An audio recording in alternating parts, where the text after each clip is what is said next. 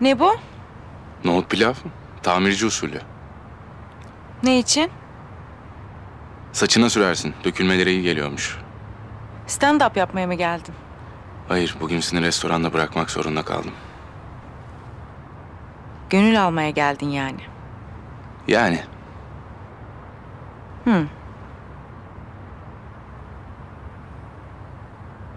İyi tamam geç o zaman.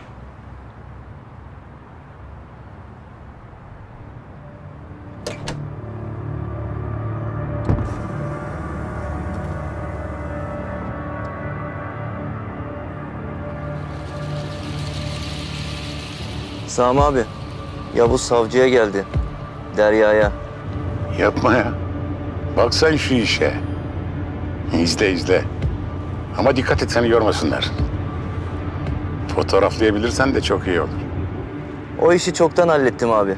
Gönderiyorum sana. Tamam.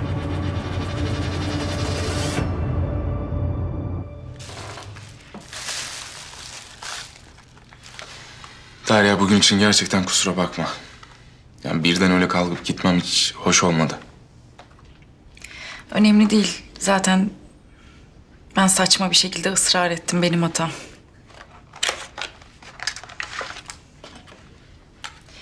Tamirci halim böyle yoğunsa asker halini merak ediyorum. Bizimkilerin halini görüyorsun işte. Geceleri gündüzleri yok. Hayatımız öyle geçti. Hafız vardı mesela. Çocuğu olduğunda sınır ötesindeydik. Ben bir sürü doğum günümü operasyonda geçirdim. Erdem komutanın Nazlı'nın lise mezuniyetine gidemedi. Benim de farklı değildi aslında. Benim ilk görev yerim de odaydı. Savcı yardımcısıydım. Gece 3'te bir telefon gelir. Hop binersin arabaya. Yola çıkarsın. 1 metre kar. Kalırsın orada gidemezsin. Niye yapıyorsun bu işi? Ülkemi seviyorum. Adaletin yerini bulmasını seviyorum.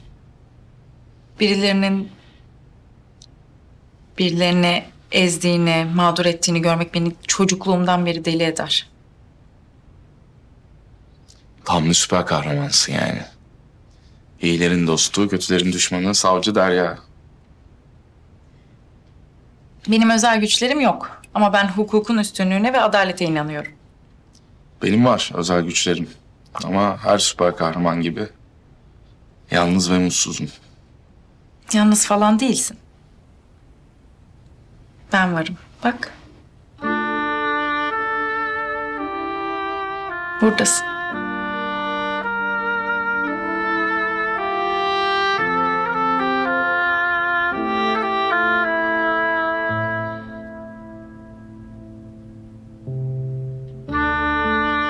Şuranda bir şey kalmış. Şurada. Geçti.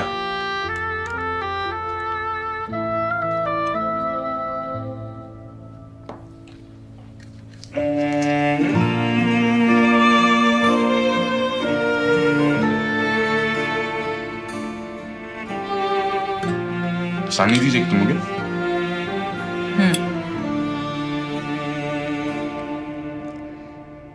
Ben sana kitap imzalattım ya. Hı. O senin yazını karşılaştırmak için küçük bir numaraydı. Ne? Nasıl yani? Ben bir suç mahallindeydim ve bir not buldum. Senin olduğunu düşündüm. Neden? Çünkü kendi halinde bir tamirci olduğuna bir türlü inanamıyorum yani. İkna olamıyorum.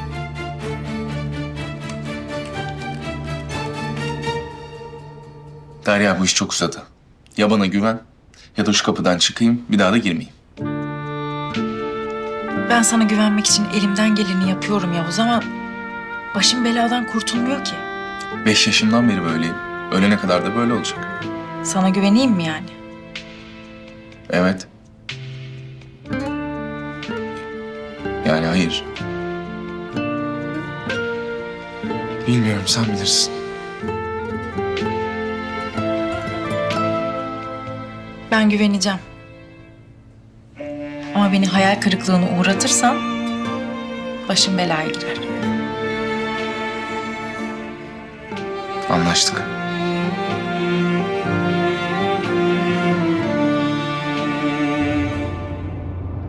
Lan bunlar işi pişirdi mi çoktan? Savcı mı var? Ne var bunun arkasında ya?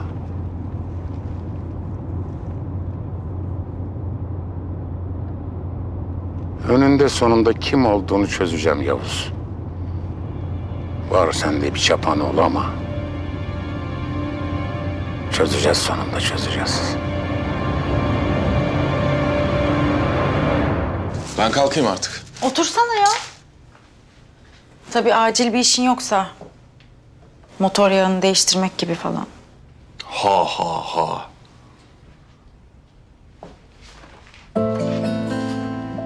Film izleyelim mi? Aksiyonlu bir şeyse olur. Doymadın aksiyona be adam. Aşk filmi var uygunsa.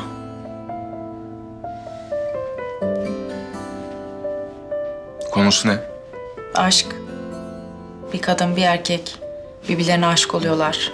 Hadi ya. Çok enteresanmış, merak ettim.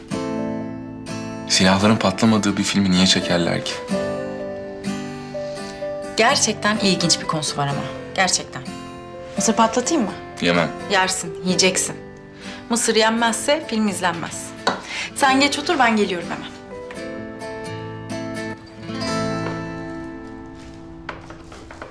Orta Doğu'da sular durulmuyor sevgili izleyiciler. Bugün düzenlenen canlı bomba saldırısında 40'tan fazla sivilin can verdiği belirtildi.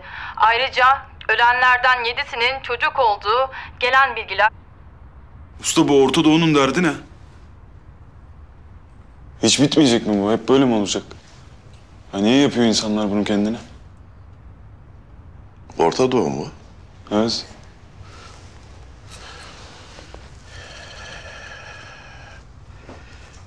Şöyle otur bakalım bir. Seninle biraz ders çalışalım.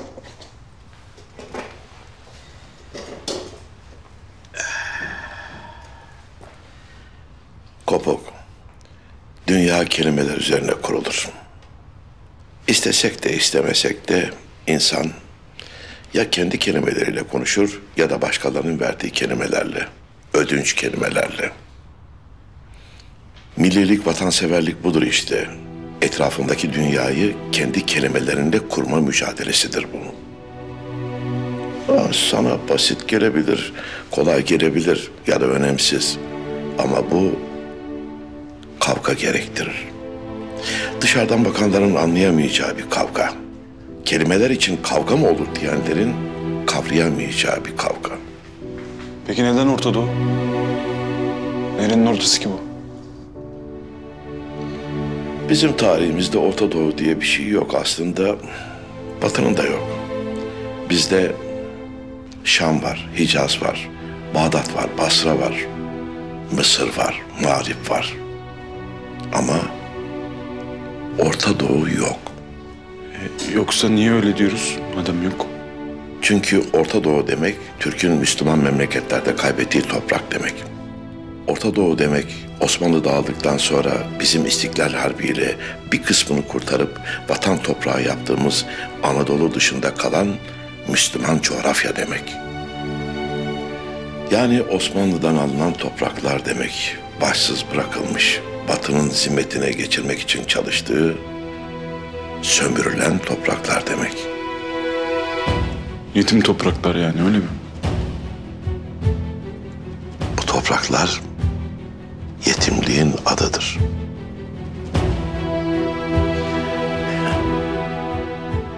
O yüzden Orta Doğu diye bir isim uydurdular ki sokakta bulmuş muamelesi çekebilsinler.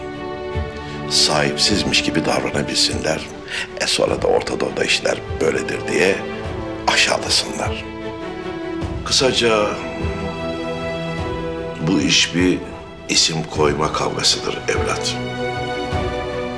İsim koymak, iktidar olmak demek yani. Orta Doğu ismi o topraklar zayıflayınca ortaya çıktı. Osmanlı tasfiye edilince de eski Osmanlı topraklarını tanımlamak için konuldu. Maalesef o topraklardan bir Mustafa Kemal çıkmadı. Bir Kuvayi Milliye çıkmadı. Bizim mücadelemiz biraz da bu adı bulmakta. Evlat. Anladım. Usta çok sağ ol. Böyle ara ara sohbet edelim hep. Ederiz. Yeter ki sen iste. Dilimin döndüğünce anlatmaya çalışırım.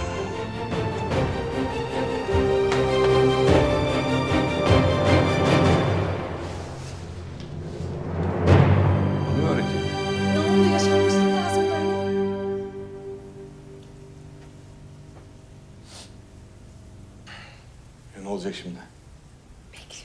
Böyle aşkların sadece filmlerde olması çok üzünlü bir şey değil mi ya? İşte sen bunu söyle diye bu filmler yapılıyor. Biliyoruz zaten. Ama ben de böyle aşık olmak isterdim.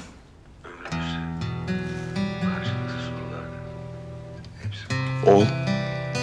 Engel olan ne? Marifet Leyla'da değil Yavuz. Mecnun'da. Doğru. İşte bunlar hep film, roman, şiir. Öyle.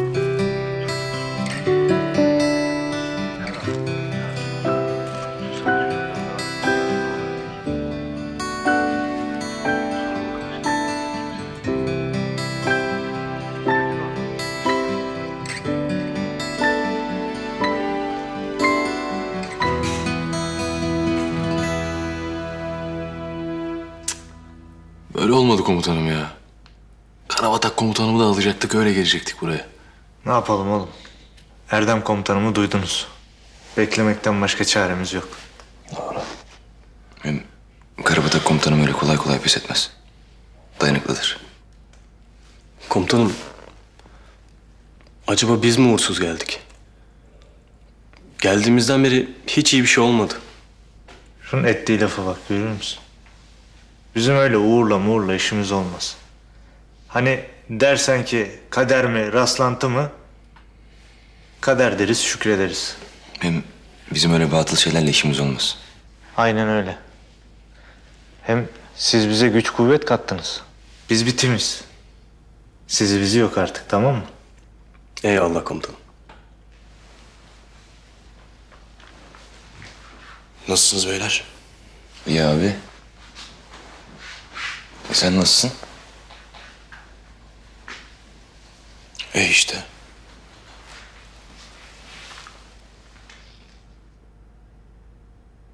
Bağıra bağıra ağlamak istiyorum ama yakıştıramıyorum kendime. Niye abicim? Bilmem. Birileri görür de sevinir diye korkuyorum herhalde. Kim görecek bizi be avcı? Bizi burada bizden başkası göremez.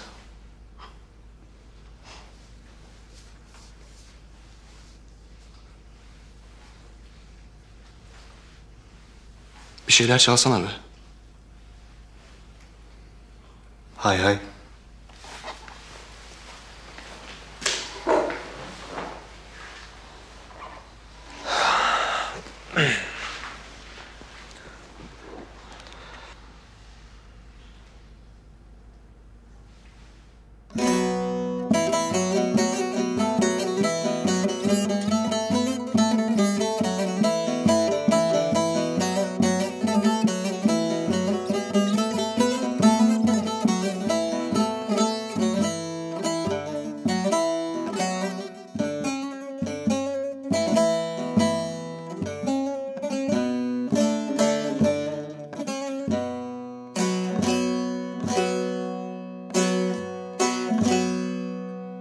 Elma attım yuvarlandı.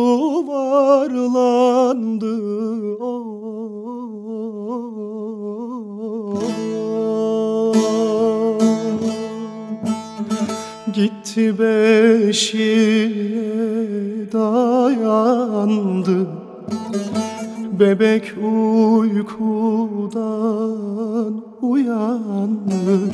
nenni nenni yavrum yavrum nenni balam balam nenni kuzum kuzum nenni bebek. Sana bebek diyemedim, sarılıp da öpemedim. Nenni nenni yavrum yavrum nenni balam balam nenni kuzum kuzum nenni bebek.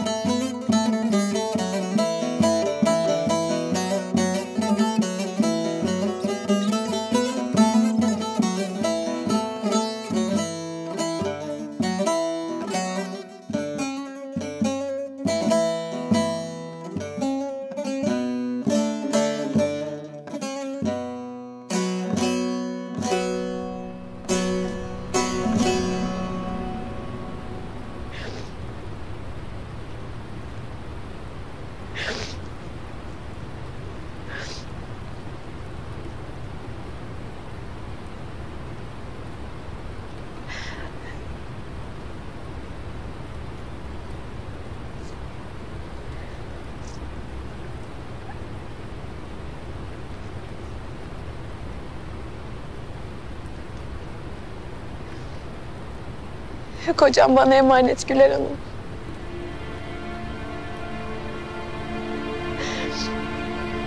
Ona gözüm gibi bakacağım. Söz veriyorum.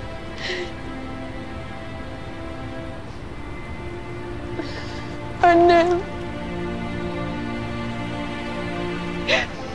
Dünyanın en güzel annesi.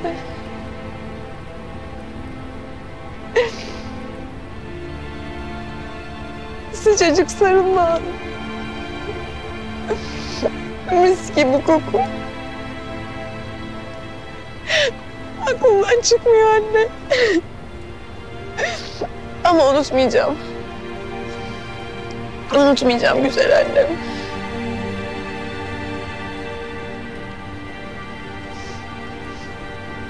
Eğer bir gün anne olursam senin gibi bir anne olacağım.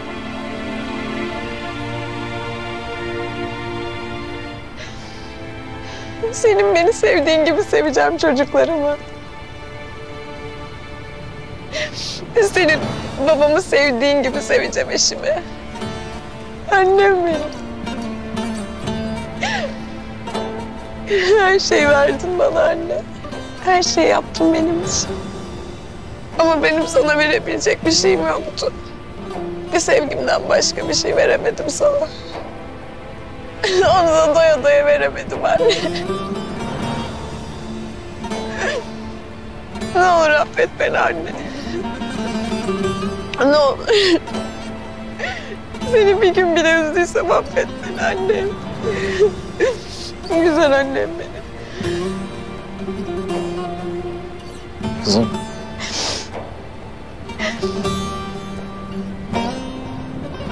Sen onu hiçbir zaman üzmedin. Seninle hep gurur duydu.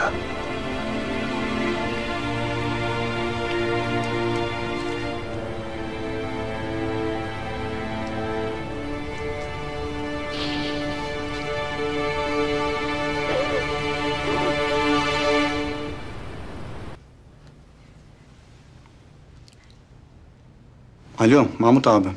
Ben Çoban Rıza. Bugün bizim hayvanların otladığı Büyükova'daydım. Sizin köyden besili bir inek kaçıp bizim hayvanların arasına karışmış. Bizim köpekleri az daha parçalıyorlardı. Zor kurtardım. Hemen gelip almanız gerekiyor. Büyükova'nın yerini size mesaj olarak atacağım. Muhbirimiz uzun zamandır bölgede. Daha önceki istihbaratları doğrulanmış, güvenilir yani. Durum nasılmış Ateş'in? İşkence görüyormuş. Dayanıyormuş ama... Ama? Öldürebilirler dedi.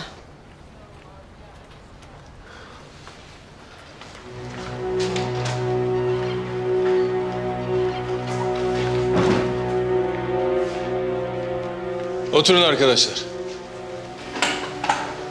Ateşin tutulduğu kampın yerini belirledik. Sonunda komutanım. Keşif için vaktimiz yok.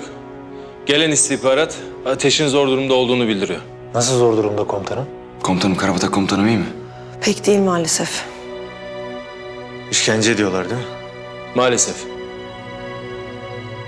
Ama hemen çıkıp kurtaracağız. Ben de sizinle geliyorum. Hadi hemen hazırlanın. Emredersiniz.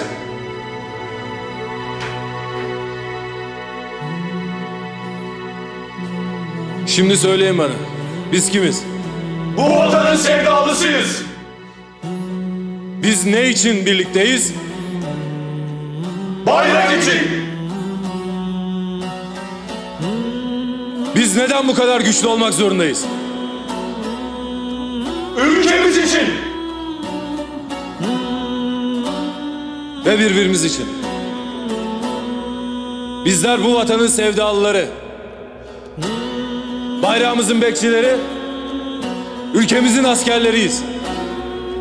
Bugün hala ayaktaysak, sırtımızı yasladığımız bir ülkemiz, bir de kardeşimiz olduğu içindir.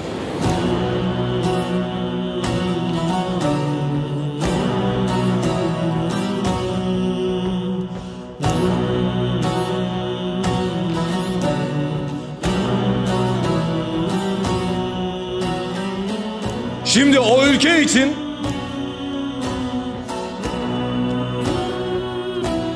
o kardeş için canımızı hiçe sayma vakti. Gideceğiz ve ateşi alacağız.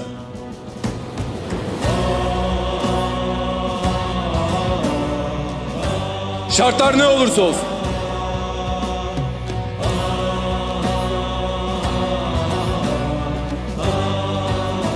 Ölü ya da diri.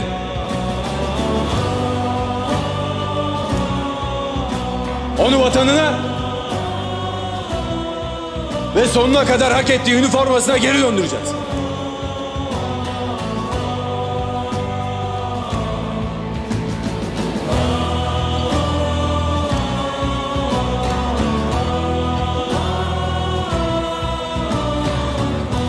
Anlaşıldı mı?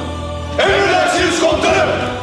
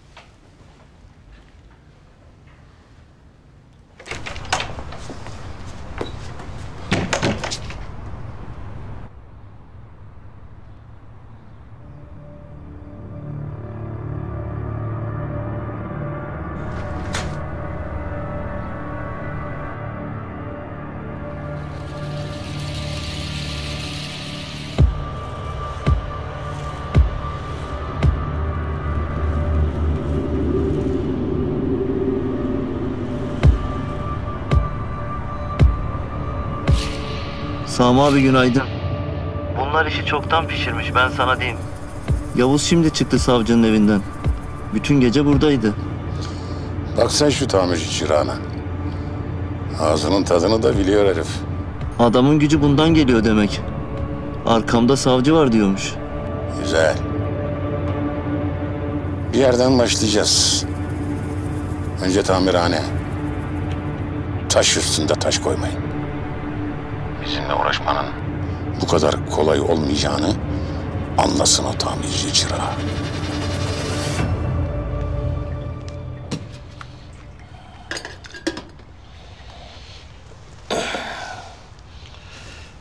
Bu Yavuz nerede kaldı ya?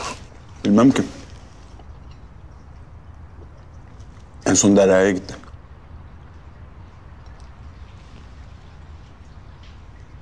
Bana bak. Bunların arasında bir şey mi var? Yok be usta. Yavuz komutanım o işleri bıraktı. Hiç belli olmaz. Bu gönül işi. Anca Allah bilir. O da doğru. Sizi köfte orlar sizi.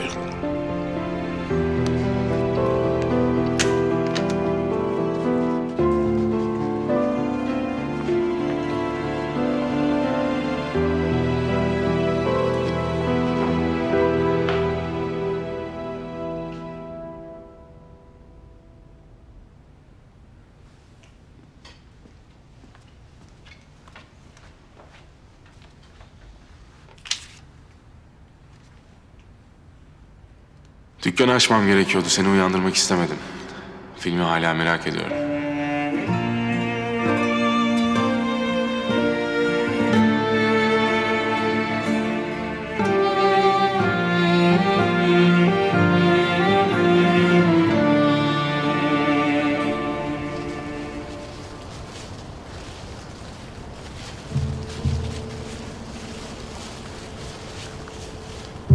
Ne kadar kaldı Aşık? 4 kilometre komutanım. Biraz mola verelim. Anlaşıldı komutanım. Beyler.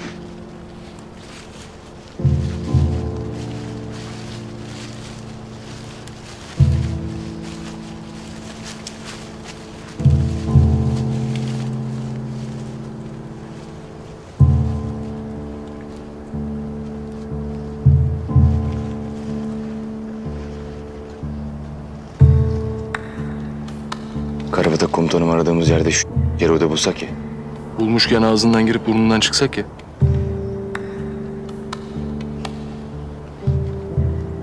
Pardon komutanım.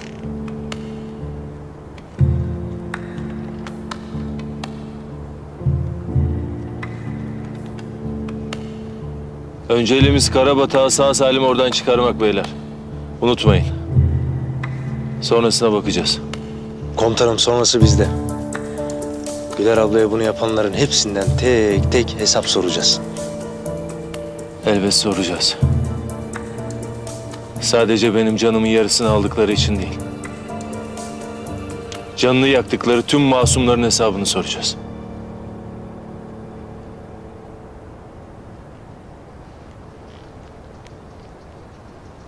Komutanım eğer kızmazsanız bir şey söylemek istiyorum. Söyle. Biz daha yolun çok başındayız Suyla. Avcı komutanım yola çıkmak üzere. Keşanlı komutanım desen yola bile daha çıkmadı. Bak şimdi. Oğlum niye katıyorsun beni? Senin sevdiğin mi var Keşanlı?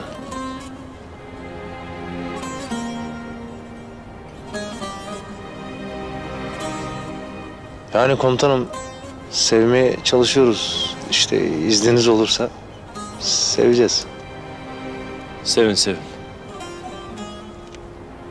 Sevin ama Allah acısını göstermesin.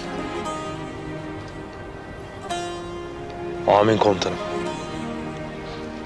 Çaylak ne diyordun? Komutanım diyordum ki daha acınız çok taze ama ben hep sizin gibi olmak istemişimdir.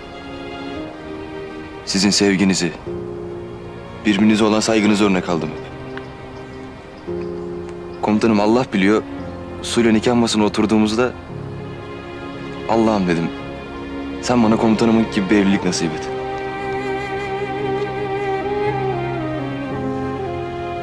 Biliyorum komutanım, içiniz çok yanıyor ama bir o kadar da şanslısınız. Doyamadınız ama ne de güzel yaşadınız şimdiye kadar. Oğlum, şu ana mı sakladın bunu konuşmak için? Ne bileyim komutanım, şimdiye kadar içimde tutuyordum. Hem acılar tazeyken üstüne konuşulmuyor ki. O acılar hiç geçmeyecek Çaylak. Hep taze kalacak. Size hiç Güler ablanızla nasıl tanıştığımı anlatmış mıydım? Anlatmadınız komutanım. Anlatmadınız komutanım. Asansörde tanıştık. Asansörde mi? Aynen. Daha yanıma adım attığı an hissetmiştim sanki. Hayatın geri kalanında onsuz yapamayacağım. Kalbim o derece küt küt atmıştı.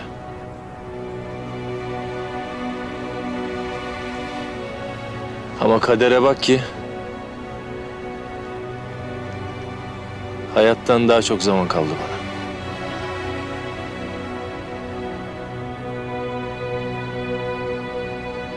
Yalnızlığı unutmuşken yapayalnız kalıveriyorsun işte. Nazlı var komutanım. Biz varız komutanım. Biz varız komutanım. Biz varız komutanım. Biz varız komutanım. Biz varız komutanım. Aynen. Hepinizden Allah razı olsun. Güler ablanız sizi evlatları gibi sever korurdu. Hiçbirinizin ağzından ayırmazdı. Benim için de öylesiniz. Her zaman da öyle kalacaksınız.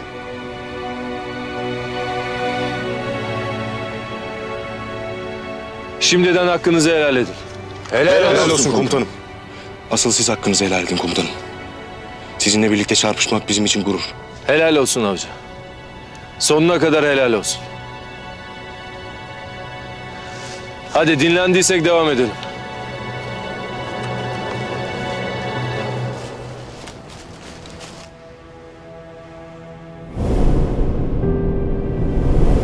Asla. Asla.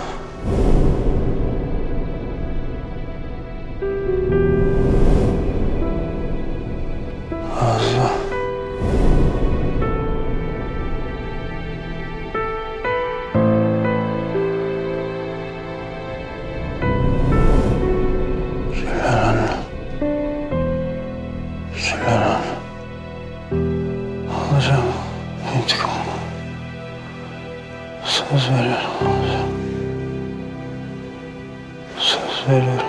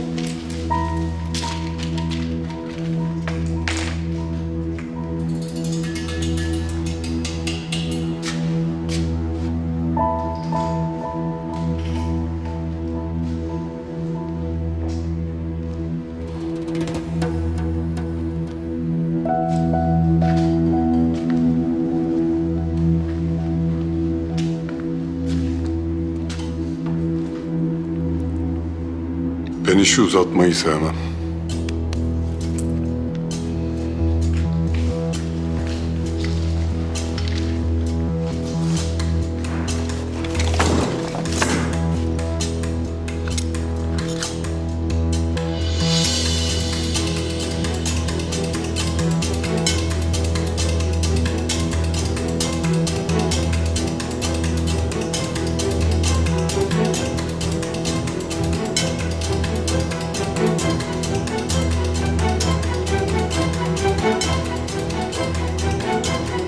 Şimdi sana 3 tane kesik atacağım.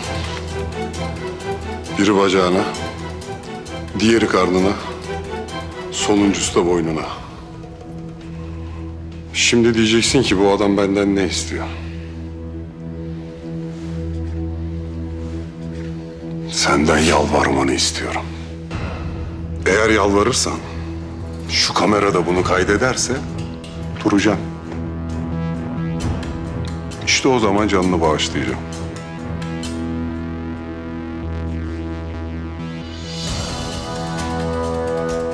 Anlaştık mı?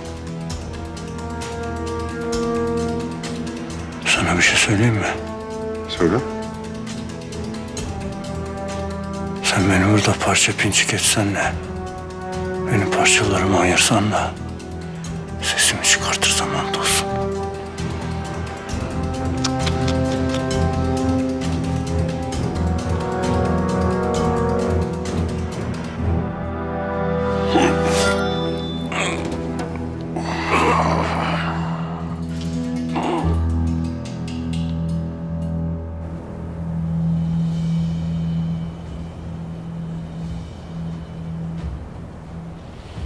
Komutanım, sağ taraftaki bina mühimmat deposu.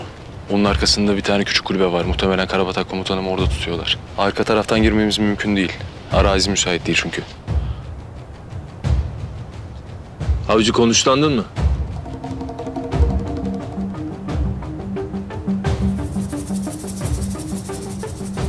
Hazırım komutanım. Görüşün nasıl? Gayet iyi. Başlamak için sizden emir bekliyorum. Çaylak. Şöyle hareketli bir şeyler aç da ses olsun. Emredersiniz komutanım.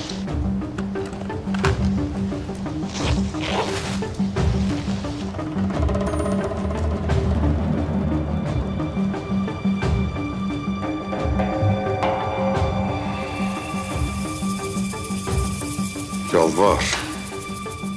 Durmam için yalvar.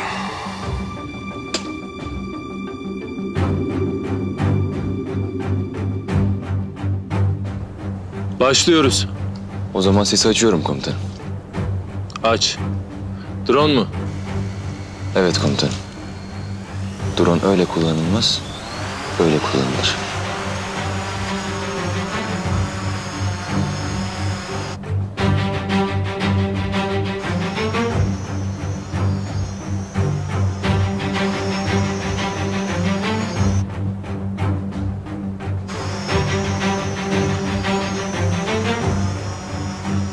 Bu ne lan? Drone mu? Bizimkiler mi uçuruyor? Ne bileyim. Vurun lan şunu. Bizim değil bu. Vur, vur. Vurun şunu.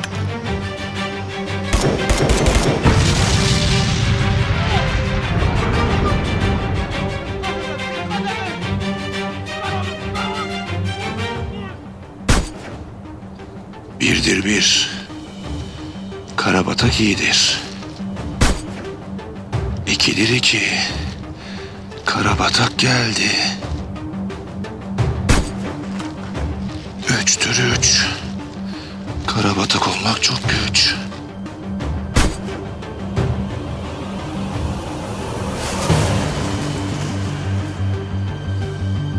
Hadi yalvar. Bak, kaydediyorum. Az kaldı. Birazdan canından olacaksın. Yalvar. Canımı bağışlayın de. Beni bırakırsanız ne istiyorsanız yaparım de. Hadi. Hadi, hadi. Bak. Son şansın.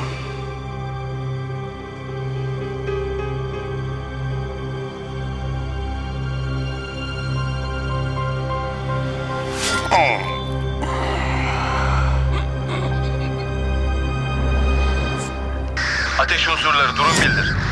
Ateş unsurları ateş uç. Yaklaşıyoruz. Yaklaşıyoruz. Ateş unsurları ateş 2. 2 kişi temiz. Temiz. Ateş unsurları ateş 1. Doğu bölgesi. 2 kişilik görüntü aldım. Ateş unsurları ateş 2. 2 kişi temiz.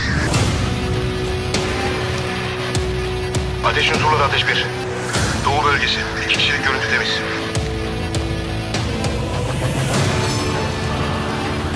Temiz. Yaklaşıyorum. Sıcak temas var. Hedef etkisiz hale getirildi. Temiz.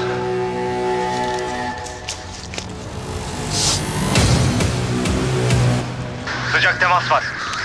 Yaklaşıyoruz. Temiz.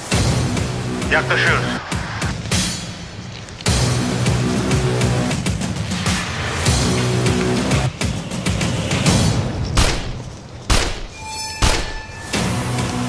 Ateş unsurları ateş 5. Batı istikameti 3 kişilik görüntü temiz.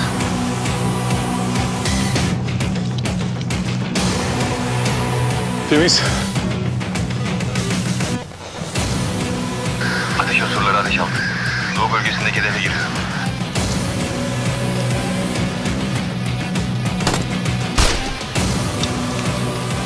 Hedef etkisiz hale getirildi.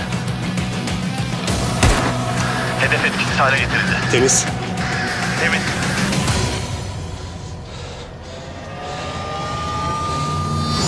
Ateş unsurları. Kuzey bölgesinden yaklaşıyor.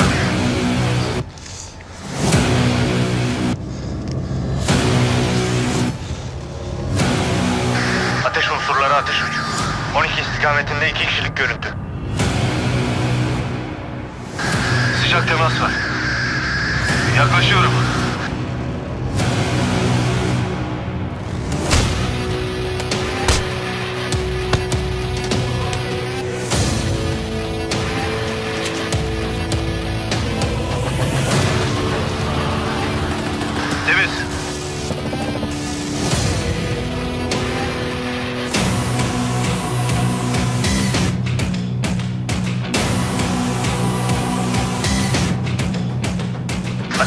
unsurlara ateş.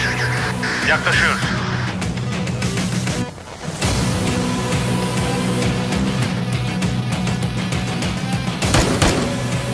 Ateş unsurları ateş 2. 2 kişi temiz. Temiz. Hedef etkisiz hale getirildi. Yaklaşıyorum.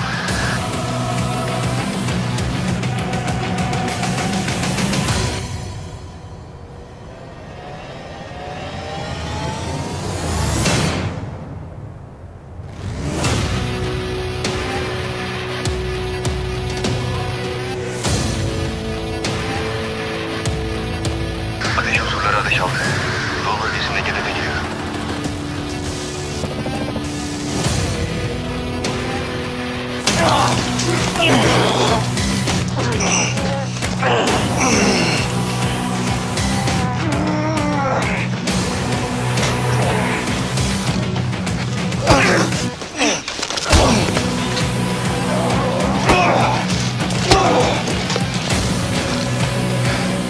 Temiz.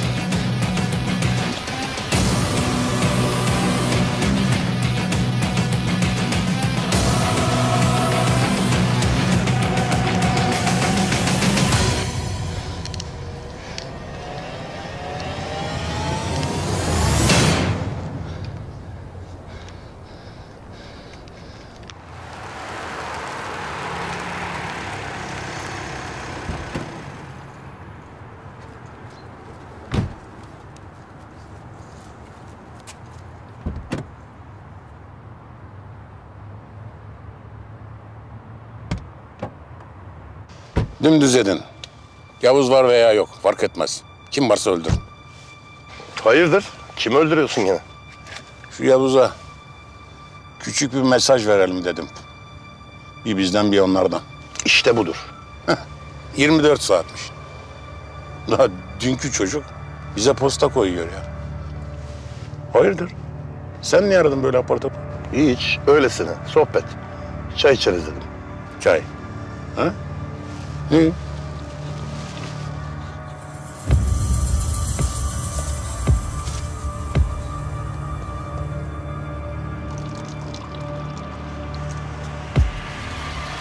İç.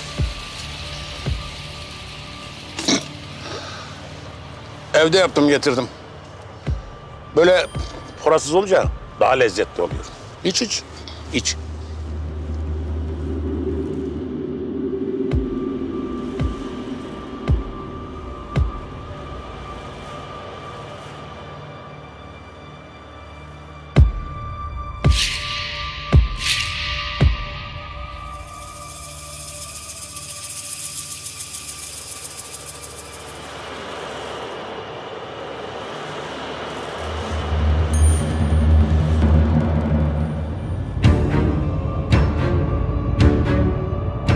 Yavuz'un dükkanı indireceğiz.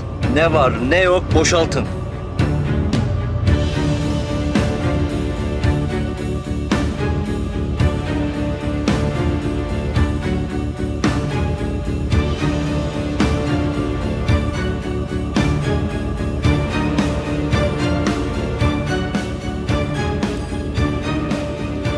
Kes.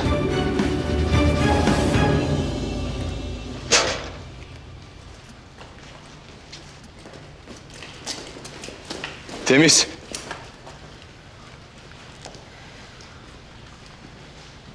Burada yok komutanım.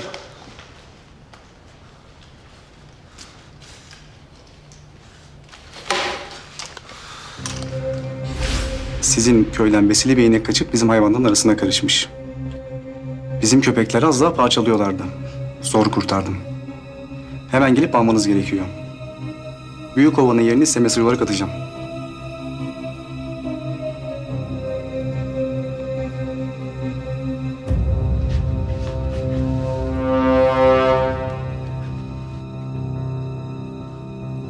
Muhbiri 40 metreden tanırım.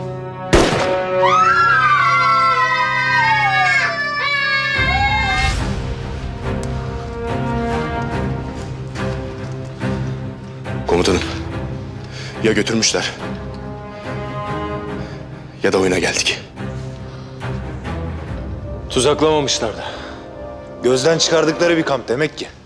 Dragan örgütü hırslandırmak istiyor. Keklik gibi avlanmalarından da belli zaten komutanım. Ne kadar beceriksiz adam varsa toplamışlar buraya.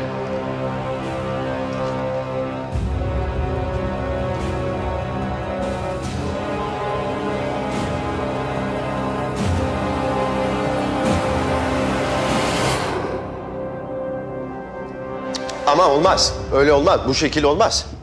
Konuşmuyor. Bir de yüzbaşım, ben bu Türk askerini size böyle davranın diye mi verdim? Ona nasıl davranacağımıza biz karar vereceğiz Dragan. Elbette siz karar vereceksiniz. Ben aldığım paraya ve teknolojiye bakarım. Ama müsaade ederseniz son bir tadını çıkarayım ha. Sorun yok. Sahne senin, keyfine çıkar.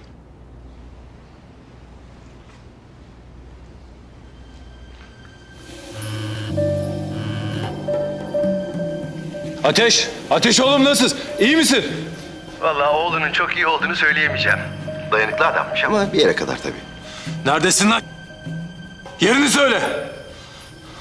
Nerede tutuyorsun askerimi? Artık askerin mi, oğlun mu, damadın mı? Ben siz Türklerin aile ilişkilerini anlamıyorum. Eğer onun kılına dokunursan dünyayı başına yıkarım senin. Üf, tamam, çekemeyeceğim. Sen gene tehditlere başlayacaksın. Zaten karın öldü. Kızın hastanede akıbeti belli değil. Hiç çekemeyeceğim seni albay. Yerini söyle lan!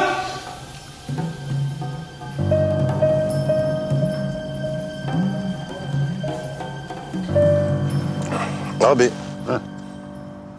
Bu Dragan bizim işi çözebilecek mi? Açılacak mı işler? Boşuna para yedirmeyelim adama. Ya ben de boşuna para yedirecek göz varmış, öyle iyi bir bak bakayım ya. Yani iş görür mü bari? Yırtıcı bir santrfor. Çok fena zorluyor defansı. Bir saniye bile boş duruyor yok. Canavar gibi bir herif. Allah Allah. Harcamasalar adamı bari. Yok lan. Zaten askerin birini almış, top gibi oynuyor elinde böyle. Kimi almış? Ne bileyim ben ya, ne bileyim ben ya.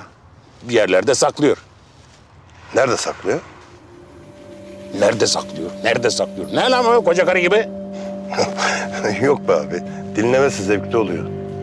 Nerede saklıyorlar? Biliyorsan söyle Allah aşkına. Ya saklama filan yok. Almış askeri, yabancılara satmış. Karşında da bir şeyler istemiş. Nasıl yani? Ya ne nasıl yani ya? Türk askeri yabancılara atlamış hemen. Vay vay vay. Vay vay vay. Hadi hadi. Benim cenazeye yetişmem lazım hadi. Ben de gideyim bari. İyi günler. Hadi iyi günler.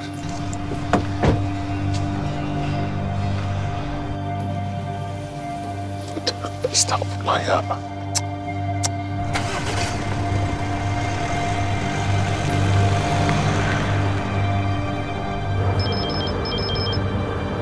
Yavuz, sana haberlerim var. Söyle. Gerçi hoşuna gitmeyecek ama seninki Johnny'lerin elinde. Dragan satmış arkadaşını. Karşılığında da bir şeyler almış tabii. Nasıl lan? Vallahi ben de Sami'nin dediğini söylüyorum. Ayrıntı sorma. Eğer onu bulamazsam İrfan. Benden bir iş istedin. Ben de yaptım. Anlaşma anlaşmadır. Orasına bakacağız.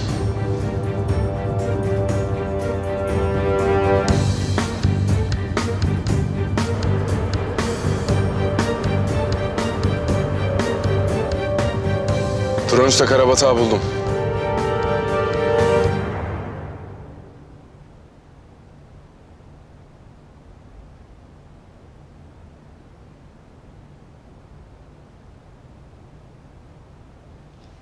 Hafif bir baksak mı? Biz toparlanmamıza bakalım. Hazır olunca söyleriz. Neredesin be oğlum? Neredesin? Niye yanımda değilsin? Ben bir kötü haber daha veremem kızıma. Buna dayanamaz. Allah'ım sen bana güç kuvvet ver. Şu delinin izi için bana bir işaret ver. Canımın yarısını kaybettim. Diğer yarısıyla sınama beni Allah'ım.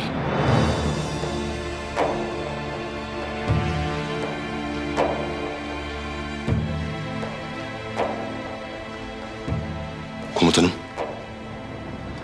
Biz hazırız. Anlaşıldı. Her yere baktık komutanım.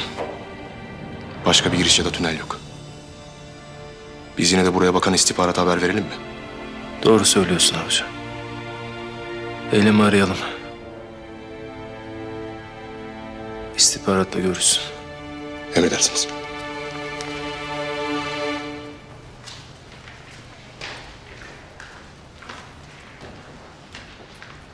Eylem Hanım.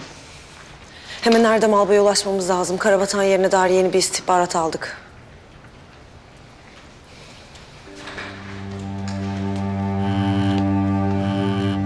Bekle avcı. Erdem Albay'ım. Efendim Eylem. Ateş'in yerine dair yeni bir istihbarat aldık. Dinliyorum. Sizin yakınınızdaki yabancı bir üs bölgesinde tutuluyormuş. Ne işi varmış orada? Anlaşılan Dragan uğradığı zararı telafi etmek için onu takasta kullanmış. Yabancı devletler bir Türk askerini elinde tutmak için teröre mi destek veriyor? Bir taşla iki kuş vuruyorlar desek daha doğru olur herhalde. Demek ki devletimize ters düştükleri bir durum var. Ellerinde koz olsun istiyorlar. Öyle görünüyor. Anlaşıldı. Konumu aşağı yollayın. Tamamdır. Siz ne planlıyorsunuz? Önce biraz düşüneceğiz. Üstlerimize bildirelim. Sonrasına bakarız. Tamamdır. Komutanım.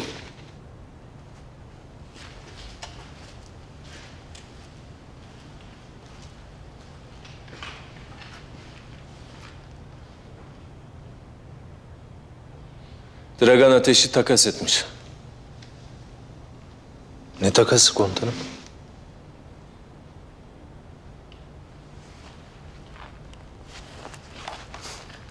Yabancı yetkililer yolunu kaybetmiş Türk askerini elinde tutmak için iyi ödeme yapar tabii.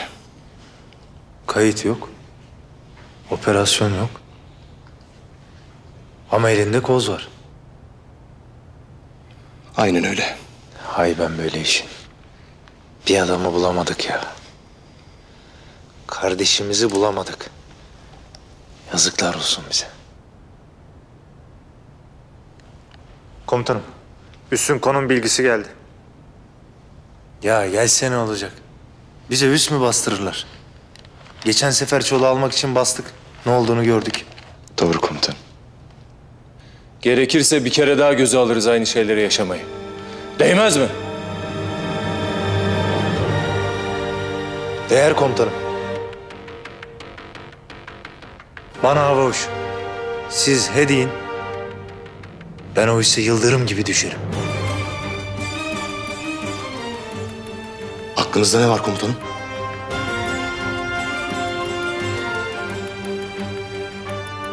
Telsizleri kapatıyoruz beyler. İletişimi kesiyoruz. Bundan sonra sorumluluk bende. Nasıl yani komutanım? Duymadın beni oğlum. Emredersiniz komutanım.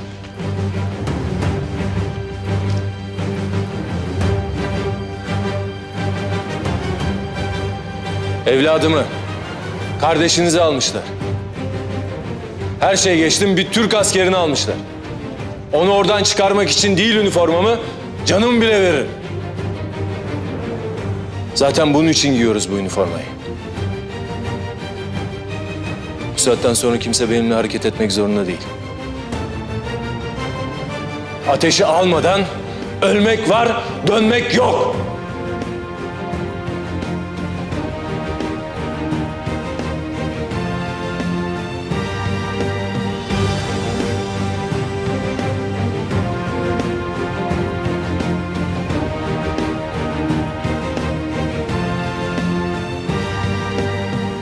Emredersiniz komutanım.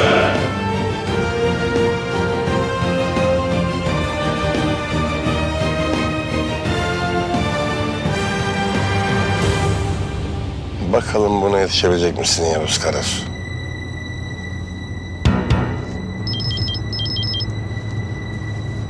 Söyle. Rahatsız etmiyorum ya. Ne oldu? Bir şey takıldı aklıma. Sami senin arkanda başka güçlerin olduğundan şüpheleniyor. Seni denemek için bir hamle yapabilir. Ne hamlesi lan? Ne diyorsun İrfan? Açık konuş. Ya bir tamirhane falan dedi adamlarına. Adamları da araçlara doluşup çıktılar. Vallahi ben bir şey anlamadım. Ne diyorsun lan? Ne zaman çıktılar? Şimdi mi söylüyorsun? Ben de şimdi duydum. Az önce çıktılar. İlk iş hemen seni aradım.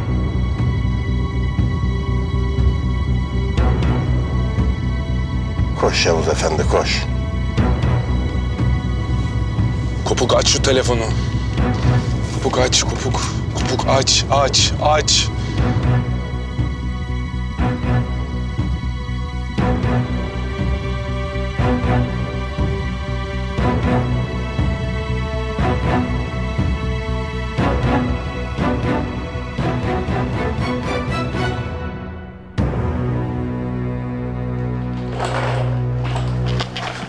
Usta bunun karteri delinmiş. Ondan yağ damlatıyor. Şimdi ben buna bir kaynak yaparım, hallederim. Hallet bakalım. Aferin, çabuk kaptın işi ha. Usta bana imkan tanısa bende daha ne cevherler var. Hadi, gevezelik etme. Aç kopuk aç. Kopuk aç şu telefonu aç.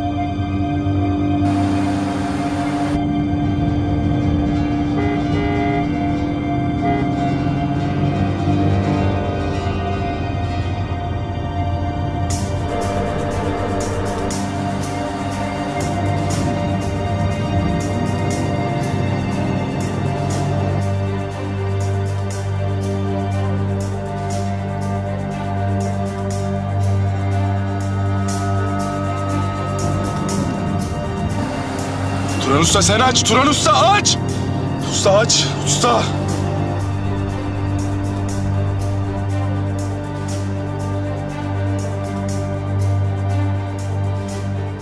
Efendim Yavuz? Usta dikkat edin. Sami'nin adamları tamirhaneye doğru geliyor. Yavuz sen ne diyorsun? Saldıracaklar usta.